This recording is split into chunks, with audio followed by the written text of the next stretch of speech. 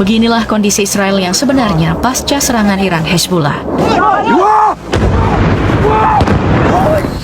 Langit dipenuhi rudal, sebagian berhasil ditembus hingga menghantam kawasan seperti Tel Aviv dan menimbulkan kerusakan nyata di area permukiman.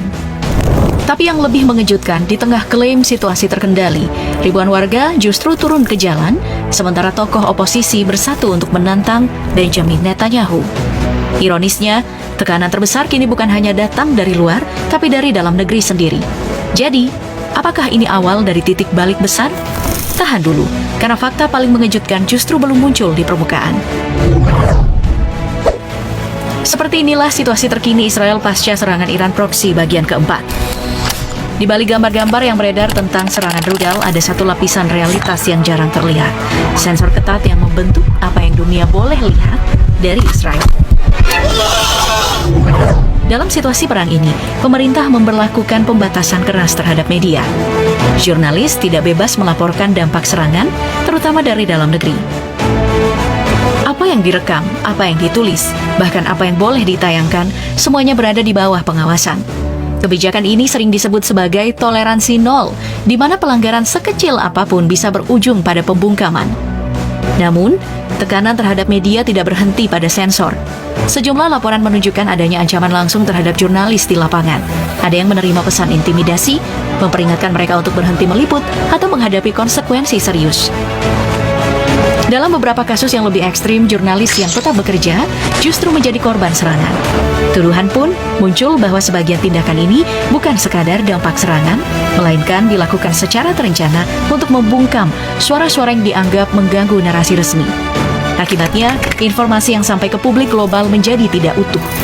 Apa yang terlihat di layar bisa jadi hanya sebagian kecil dari kenyataan yang jauh lebih kompleks dan gelap di baliknya. Tekanan dari dalam negeri kini menjadi salah satu guncangan terbesar bagi Israel, bahkan tak kalah kuat dibanding serangan dari luar. Di jantung kota Tel Aviv, ribuan warga turun ke jalan dalam aksi protes besar. Mereka menuntut penyelidikan independen atas peristiwa 7 Oktober, sebuah isu yang selama ini dianggap belum pernah dijawab secara transparan oleh pemerintah. Suara publik semakin keras membawa pesan bahwa kepercayaan terhadap kepemimpinan mulai retak. Di tengah tekanan jalanan itu, dinamika politik ikut berubah drastis. Dua mantan Perdana Menteri, Naftali Bennett dan Yair Lapid, kini memilih bersatu. Mereka menggabungkan kekuatan politik dengan satu tujuan yang sangat jelas, menggulingkan Benjamin Netanyahu dan membuka babak baru kepemimpinan. Langkah ini bukan hanya simbolis, tetapi menunjukkan bahwa oposisi kini mulai terkonsolidasi secara serius. Namun krisis terdalam justru terjadi di tubuh militer. Israel Defense Forces menghadapi kekurangan personil dalam jumlah besar. Puluhan ribu tentara termasuk ribuan pasukan tempur dilaporkan tidak tersedia. Untuk menutup kekosongan, militer terpaksa memperpanjang masa dinas dan memanggil kembali pasukan cadangan melebihi batas normal. Di sisi lain, tekanan psikologis mulai terlihat. Laporan tentang gangguan kesehatan mental hingga kasus bunuh diri di kalangan tentara mencuat ke publik. Bahkan ada kasus sensitif di mana personil militer dituduh membocorkan informasi kepada pihak luar. Ditambah lagi penegakan terhadap pembelot menurun karena fokus dialihkan ke operasi tempur.